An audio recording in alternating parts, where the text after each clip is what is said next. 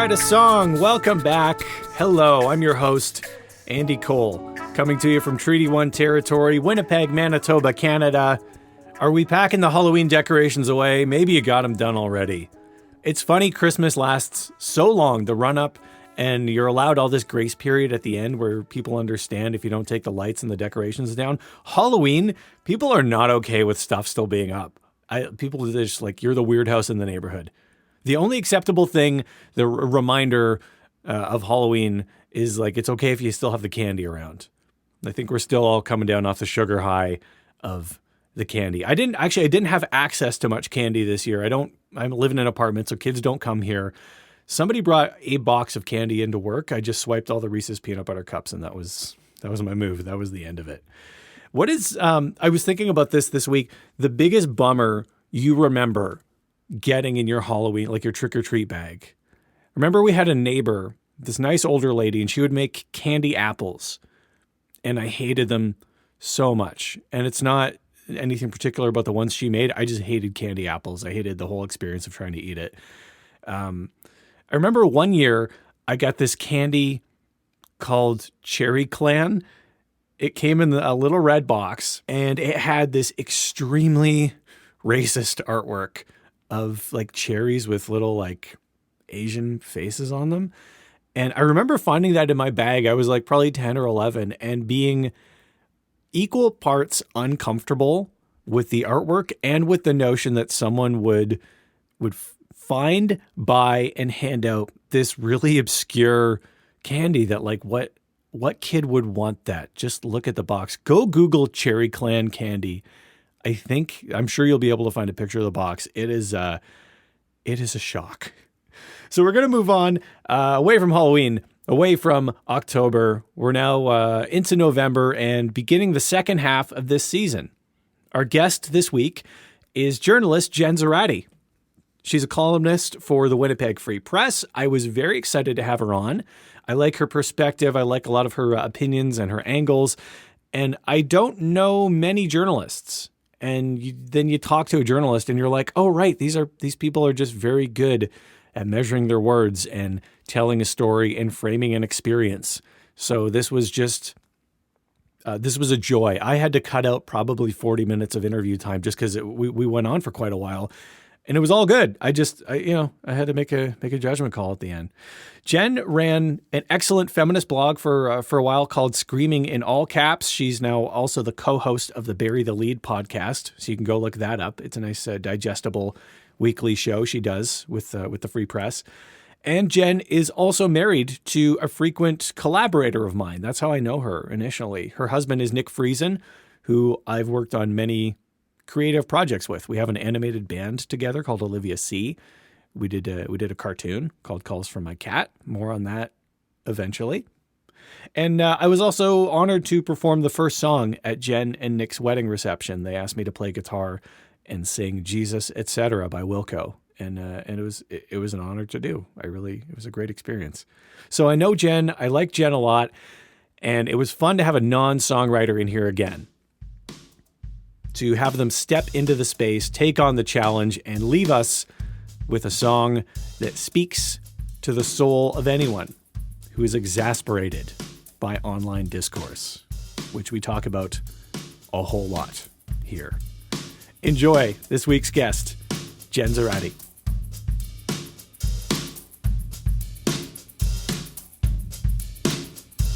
I almost never use the archives at work, but I had to when I did a huge feature on trees in the city. Oh, the elm trees, right? Yeah. And basically my thesis going into it was this our biggest urban planning mistake? Like, it's our most precious crown jewel, but did we kind of mess up by being like, let's plant one kind of tree. What could go wrong? And then plant another one kind of tree to replace that tree. And then you have emerald ash borer and Dutch elm disease. Right. And I was looking through the archive and I found an article from the 50s. I guess Oak Street had just gotten their boulevard and they had suggested, maybe diversity. And clearly 1950s attitudes towards diversity extended to trees because they were like, fuck no. Like, that's a terrible, it's a dangerous precedent and a slippery slope. And it was like the headline in the Free Press was like, the end of the elm, question mark. It was like. It's so reactionary. A little bit. Sometimes I wish we still had the same like language because like the old reporting is often very hilarious. Like just like what? So hyperbolic and so like even this elm tree thing. It's like end of elms and Oak Street started it, and it was like our stately elm might be in danger because they want to plant like Manitoba maple or whatever the fuck. Like it's just like it was very interesting to go through. It's so funny that there would be. I like the idea of just like diversity, like at all, just tinge it, like just a little, like no, like this, the slippery slope from trees to like. Right. Well, you could tell, like it was, and that's why I included it in my essay because it's like clearly they were like, I don't know about this, you guys. Like a different kind. What's next? Like trees from Asia? Like what on? Like it was definitely like, replace tree species with ethnicities, and it's not too far off, you know. So it's like, oh my god, the invading tree hordes, exactly from overseas, exactly. And now we're like, oh, they're all dying, and we're going to be paying for these trees, and they're saplings, put them through college. They live with you now till they're 30, like So you're I want to say you do your podcast, Bury the Lead, and also your columns for the Winnipeg Free Press. Yes, and I've been like from working in media, I would always be going through local media to like find whatever. And I found like nowhere else is the comment section. Sorry to bring it up, but is the comment section worse than newspapers and news reporting? Like, how do you, I don't know, I hear about it every now and then, like on like Facebook from you, but like how do you deal with that? Like just with the crushing amount of it sees to be like 99% negative. I mean, sure, that's definitely the experience. But it's interesting. I have much to say about commenting and commenters. And yes, my unhealthy coping mechanism, because my Facebook's private. Okay. Is to screenshot stuff and make fun of it. And I don't have, like, I hide your anonymous ID, so it's fine. Yes, no one should worry about that. Yeah, but I do get some that are just so out there that I have to share them because it's like, I can't, you know. But it's not just, I think what's important for people to remember is two things. One, commenters are real people. Yeah. That's usually something that you hear a lot, especially if you're dealing with a lot of like kind of borderline harassment stuff. It's like, oh, it's just trolls. It's not, you know. Yeah. They're people. There's a person type to that, yeah. And I know this because a few years ago I interviewed 5 of them. I did a story where I interviewed 5 of our most prolific commenters. Okay. And I said, okay, you can keep your avatar name. I need to know who you are, but because journalism, but I will not print your name in the paper, but I want to know like where you live and how old you are and what you do for a living. And, you know, let's talk about comments. And it was so interesting to get to know them. And I found that after I did that story, the comments that I received from those people were a lot better.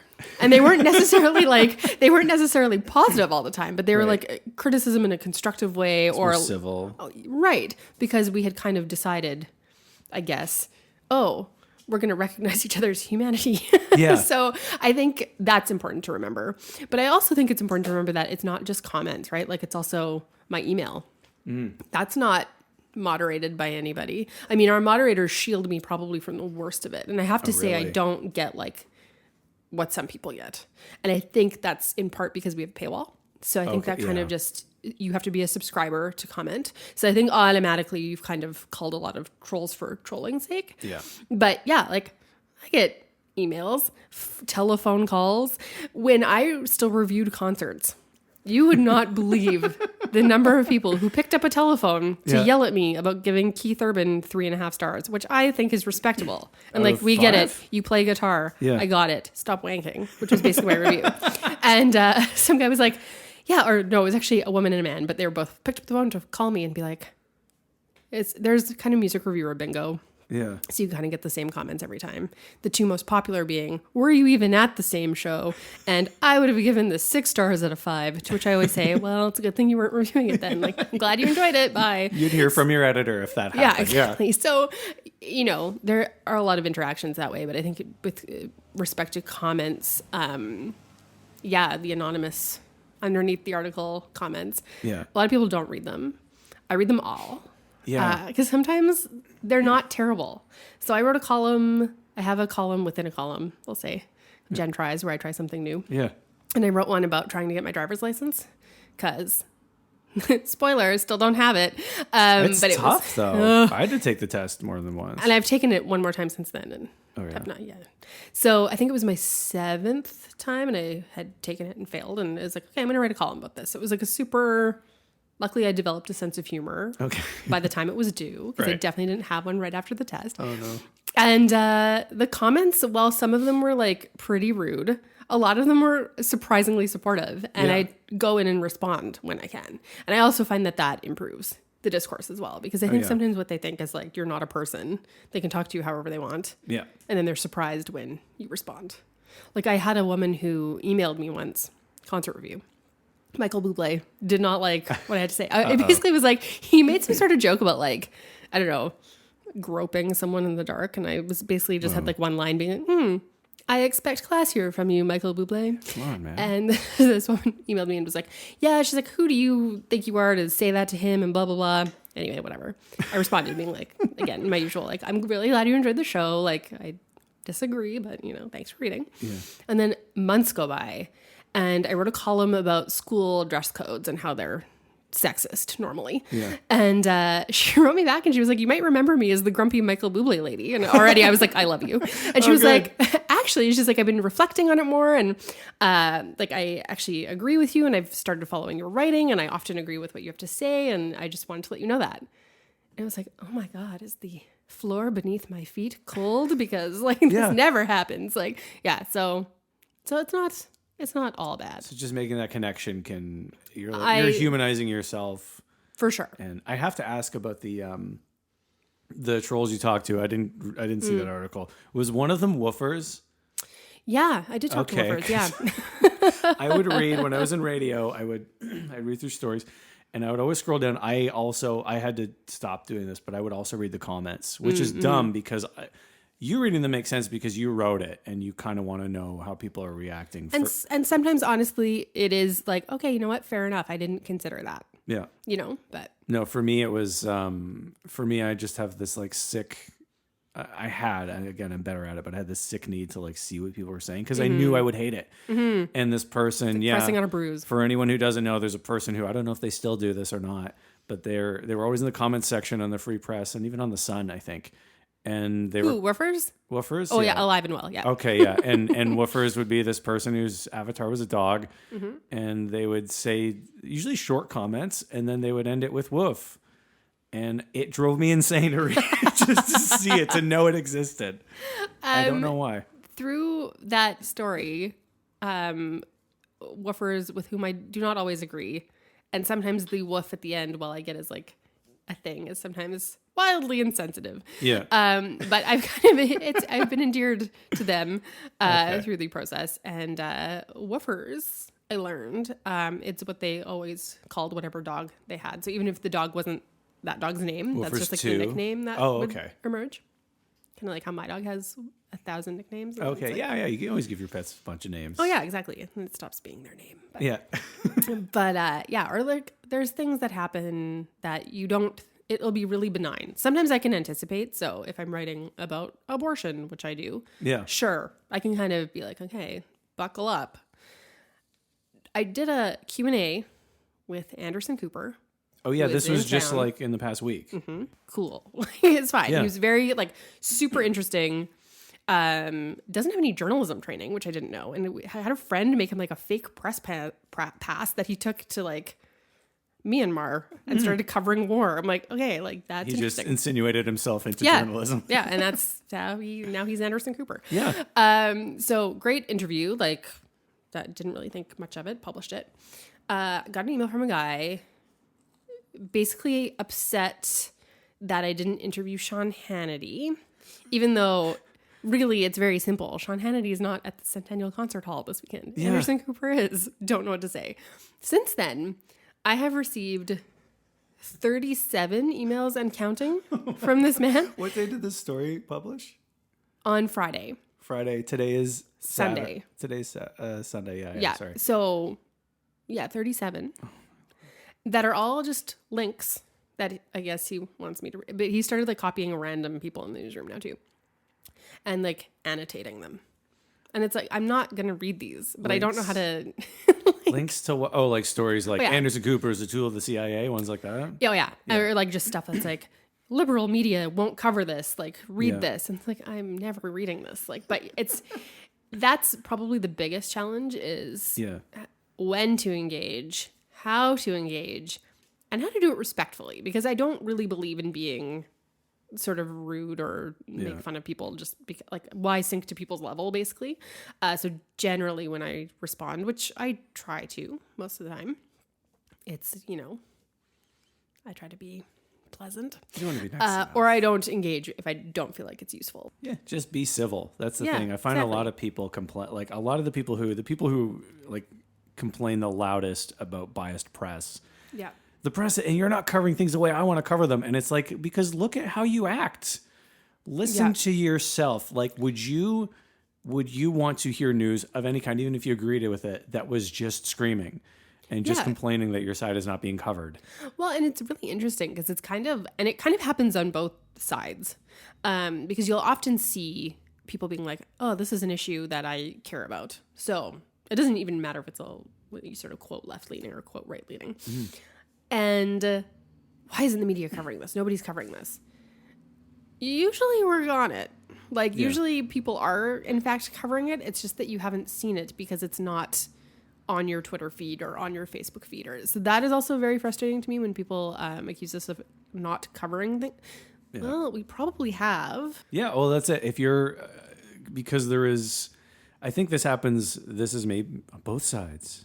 I like how we can't say words anymore because they always are a reference back to this idiot. But on both sides, like I find it is more on one side than the other where they're telling you like the mainstream media. Oh, absolutely. They're lying to you. Don't pay attention to them. Turn it off. Block it. Shut it out. And then they will, in the next breath, go, the mainstream media isn't even covering this. Or have you even seen this and whatever? And a lot of times, like you say, oh, they are. But everyone you follow is telling you not to even listen to it. And maybe they're not covering it the way you want, but when you block out everything and you just say, like, I don't even want to know what they're saying about it, well, then you can't complain that no one's covering it because you aren't getting it. Well, and I think it's really interesting.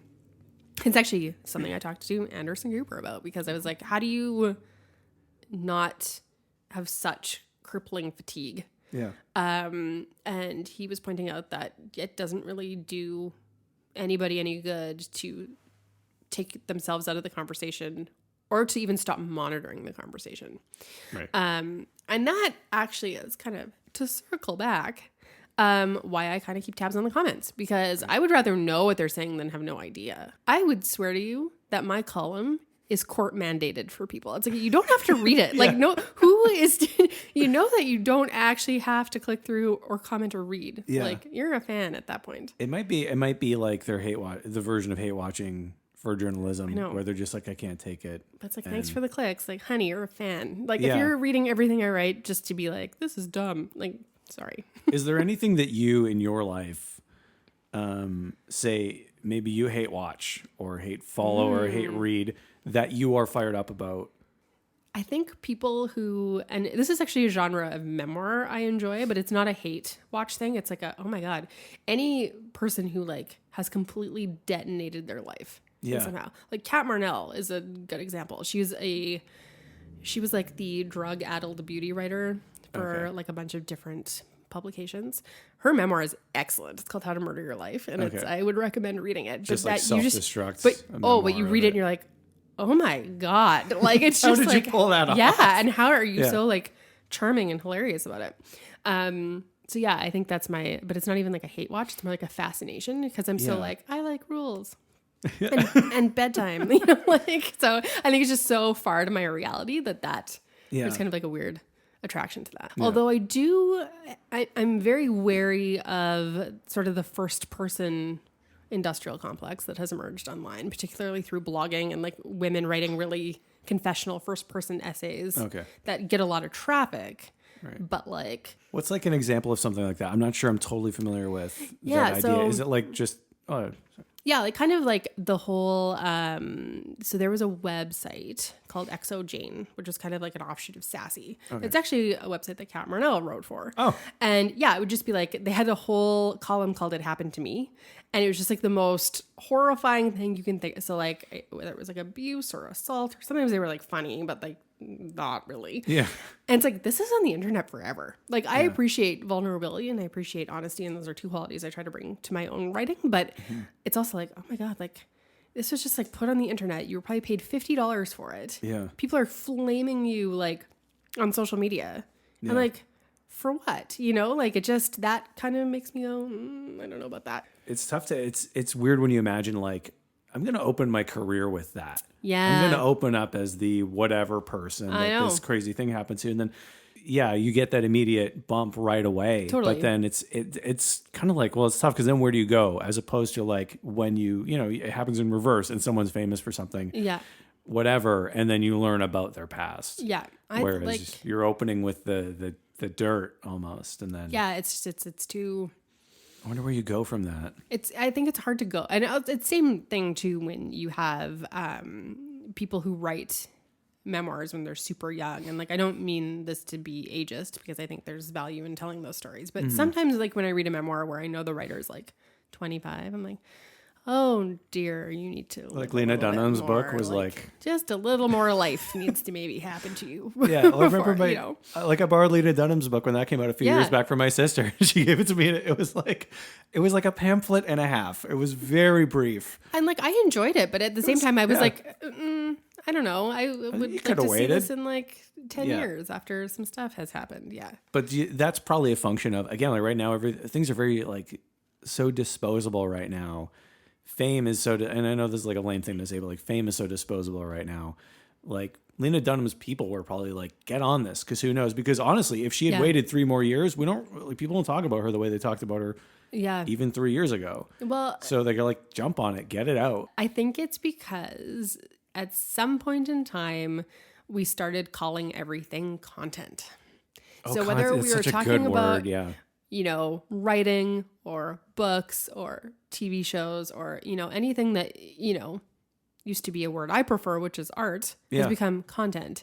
And I think what happened is that content is something that you produce and you consume and then you throw away. And I think that's happening to things like books and other things too, like forms of art that are just being consumed. And because there's so much of it and everyone is binging it now, it's impossible to like grist for the middleman. Like it's impossible to keep on top of that. Like, there's not a lot of like, big cultural moments of like a single piece of art, like especially books these days. But like even when I was younger, I remember there would be books where it was like, that was the book. Yeah. And everyone was talking about it. And I can't even think of the last one that, to me, the last one that sticks out was like that. I think it was Michael Wolff. Was it his book, Fire and Fury? Oh yeah. That was like the first book that came out about what a mess like the Trump administration was. And everyone, that felt like 3 weeks maybe. That was like the book everyone talked about.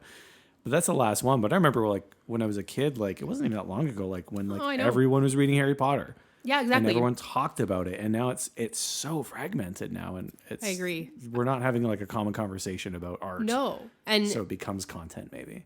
We are on pace in 2019 to have more than 500 English scripted original series on streaming and television. That's a lot of content. Like that's so. I remember everybody were like, "Okay, I watch Friends on Thursday. I talk about it on Friday. If you missed it, too bad." Or you set your VCR, the VHS tape to tape your show, and if you missed it, oh well. Or everyone talked about like, did you see like this last night? It does not exist anymore. But I wonder now when people are like how younger people who like were born after that even aired, like Seinfeld, like younger people watch that. Friends is so huge for people who were born after Friends was even on. So I'm actually doing a story about that because the Friends anniversary is coming up. Okay. It'll be what, 25? 25. 25, yeah. Yeah, because it started in 94. I mean, it was on from when I was 9 to 19. So pretty much I grew up with Friends. Yeah. But I was like, I wanted to do something with the 25th anniversary, and I didn't want to do like kind of like I'm reflecting on the show. Yeah. So I Where found, are they now? So I'm interviewing 3 kids on Monday, born in 2006 and 2007 mostly. So the show ended in 2004. Yeah. Who were like Friends diehards. Yeah. Because I want to know. I'm like, what? Why?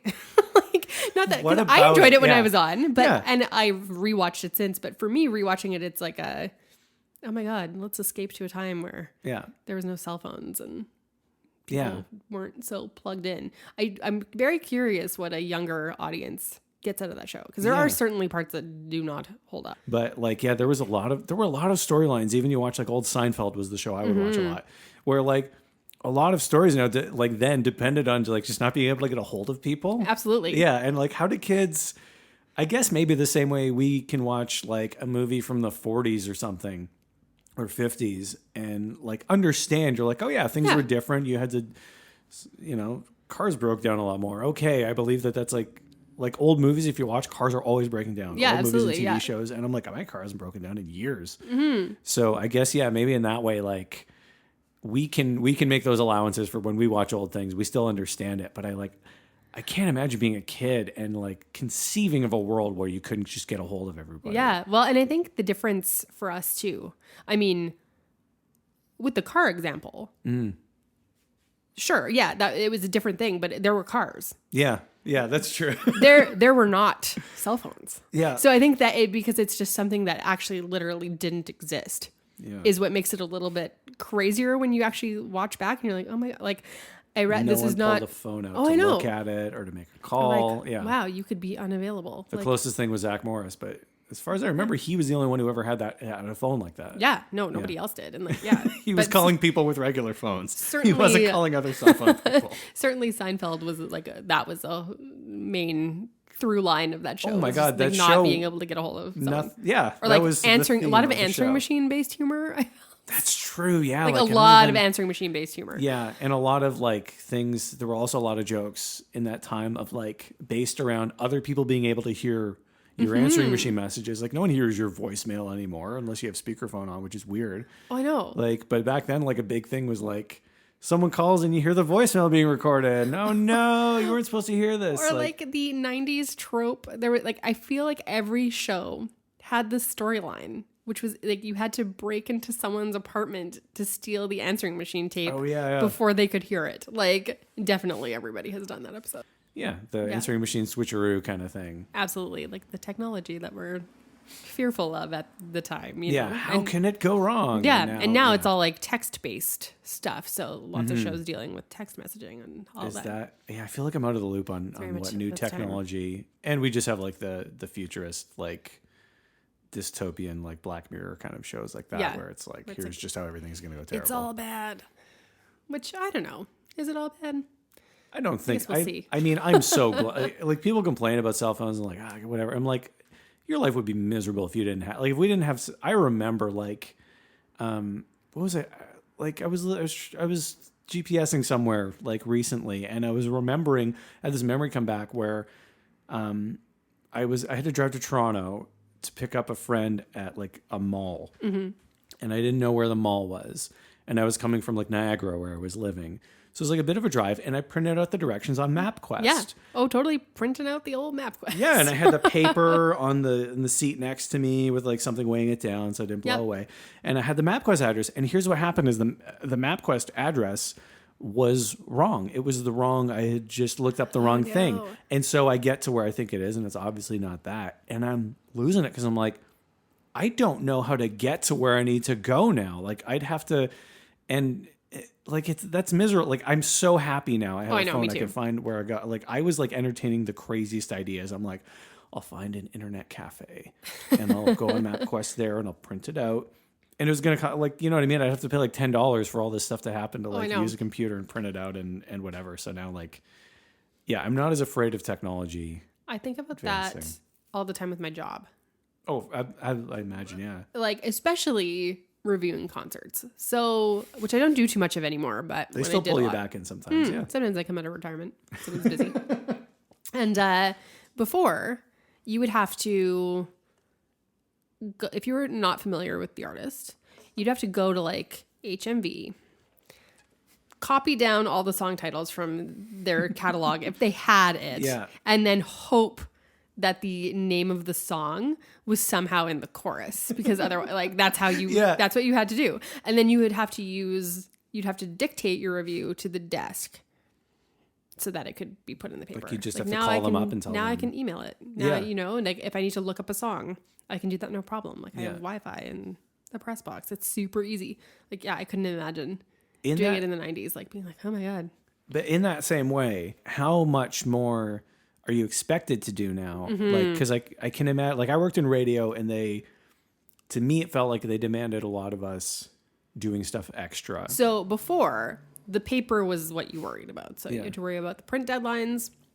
So in the concert example, I have to file a review by 10:15 because that's kind of the latest before the 11 o'clock print deadline. So if someone goes on at 9, I'm literally writing the review in real time as it's happening. Like it's not, I don't reflect on it and then it comes out later. Yeah. Like, no, it's like, it's basically, it's reporting with some criticism is how I kind of think of it.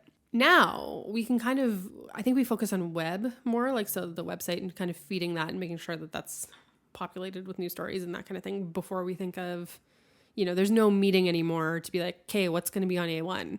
Like, yeah, we worry about what's going to be on the front of the newspaper, but it's not as, it's not the top of the list. It's maybe the second thing now. So that's been kind of the shift. Yeah. So I think that's, and in terms of doing more, sure. Yeah. Like that's definitely, I think, something all of us face. So, but then we're trying to think of ways to do it more without,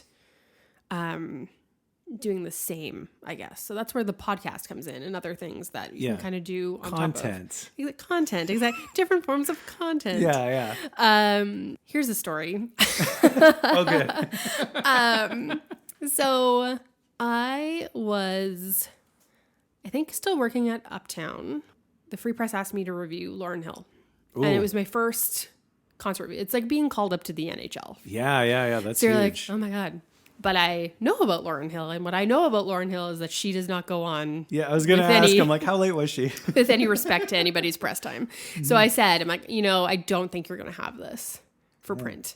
Because she definitely went on at like 11:45. So like almost an hour after you could have even filed it. Exactly. Yeah. So, but I was just panicking because I was like, oh my God, of course it's my first one. And I'm not going to be able to make the deadline, and barely making the web deadline because the web deadline's midnight. Oh. And so it worked out. I think like an election was being called. So I think they were like, whatever.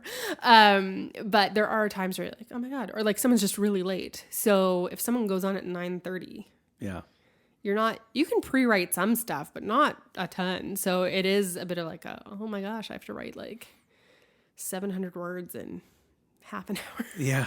That has to be like factually correct, and like you better make sure the brackets are in the right place in the song title because someone will email you, and so it is a lot of like pressure that way, but it's fun. I want to ask one more thing too about sometimes you will just pick something interesting to write about that's not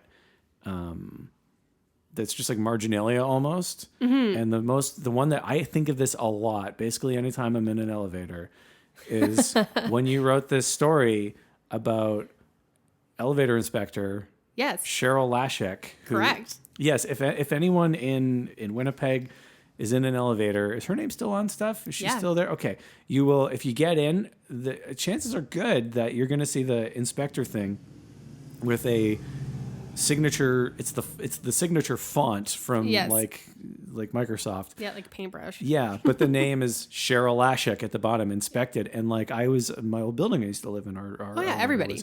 So you see this person's name, and I don't know how this came to you, to like the idea to do an article, but you found her, right? And you wrote about it, or? Well, how it came about it was something that obviously, I think, and if you're a Winnipegger, and it's one of those weird Winnipeg things that you notice. Yeah.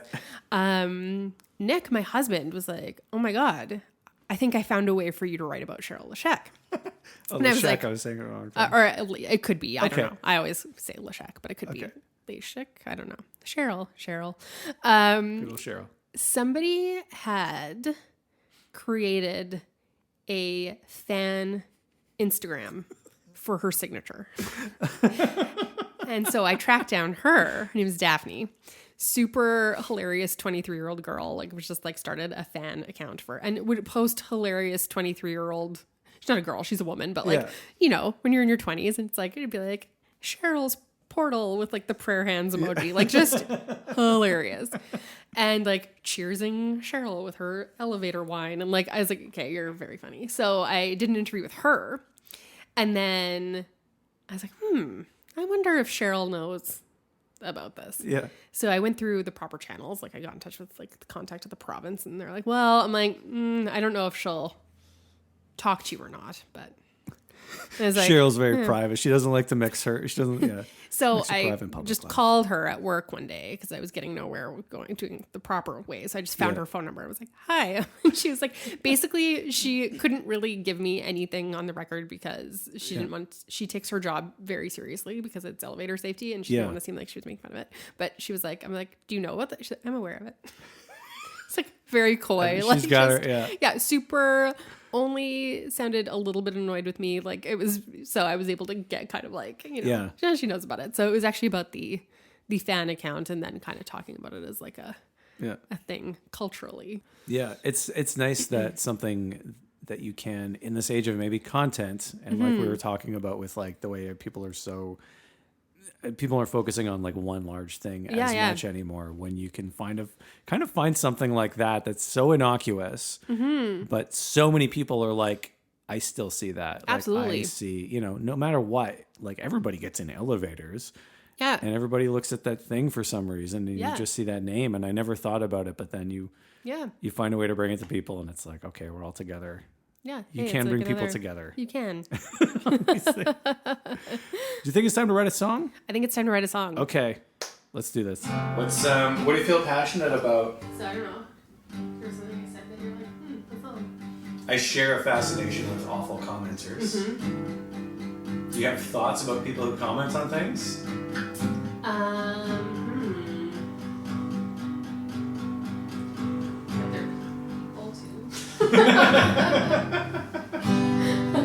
Yeah. Commenters are people too. Sometimes. That could be the parentheses in the title of the song. Commenters are people too. Sometimes. Two brackets. The two bracket title. Why don't we write about that? Why don't we follow that? Sure. Because we both had a good reaction to that. Yeah. Okay. Well, that's nice.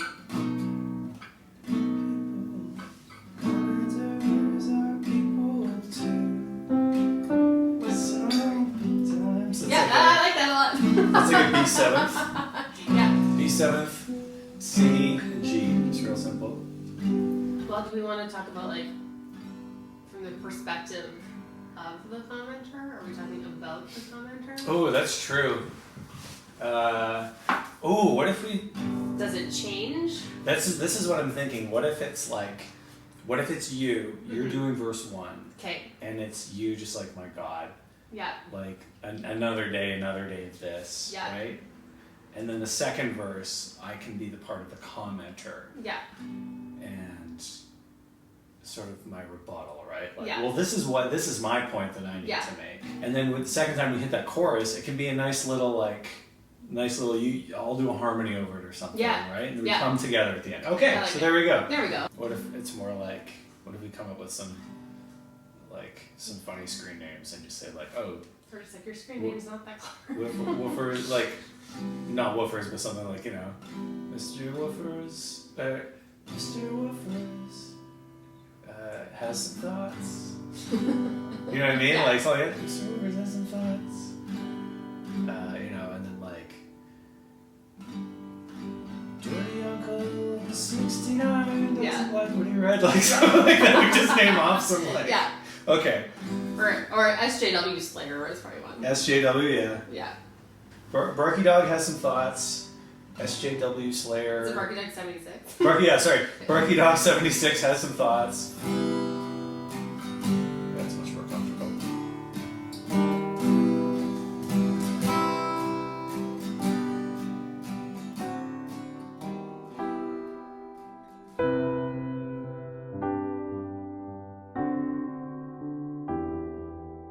Barky Dog 76 has some thoughts.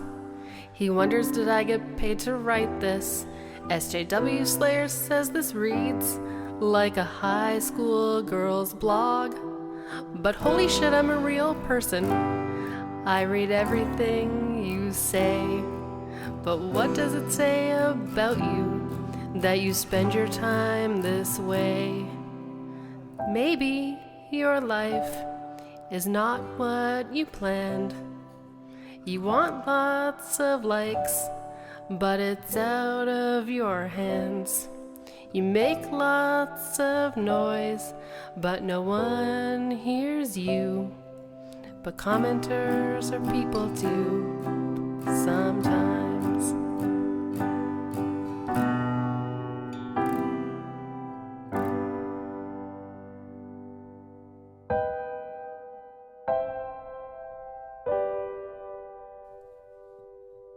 Actually, if you even bothered to read what I said, you'd see why your drivel is hurting my head.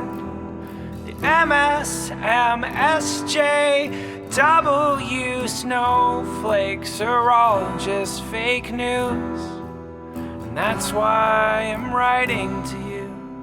I guess you think you're better than me, 'cause you've got your column and I write for free. I swear I'm not racist, I just speak the truth. You know, commenters are people too, sometimes. Commenters are people too, sometimes. Commenters are people too, sometimes. With Jen Zoratti, our first song on this show with parentheses in the title. We're checking off all the boxes here in season 1. I wish I could have included the entire songwriting process on that one. It was fascinating because it pretty much amounted to me going, hey, how about this line? And Jen being like, yeah, cool. And then Jen going, how about this line? And me going, yeah, cool. And it just went back and forth. It was really quick that we were able to build this song. Very enjoyable process working with Jen. I don't think this part made it in, but I wanted to mention the word drivel comes up in the song. I sing it. I want to make it clear that is a word Jen said the commenters say constantly, and she finds it very annoying. And I hate that word. It's one of those words, it feels gross for me to say, but I guess in the interest of accuracy, that's why we included it in the lyrics. We really were inhabiting that character. Thanks for listening again. Thanks for coming back. I got some very nice compliments over this past week, and it's awesome that you're here listening. I really do appreciate it.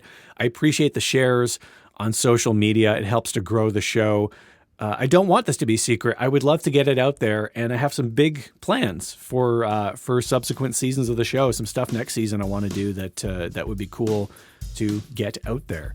You can follow us on social media. Hey, Let's Write a Song is the Instagram handle. That's where we're most active. On Twitter, it's Write a Song Pod. You can also find us on Facebook. If you Google, Let's Write a Song podcast, I'm sure you can find it all, through searching there. We'll be back here next week on Let's Write a Song.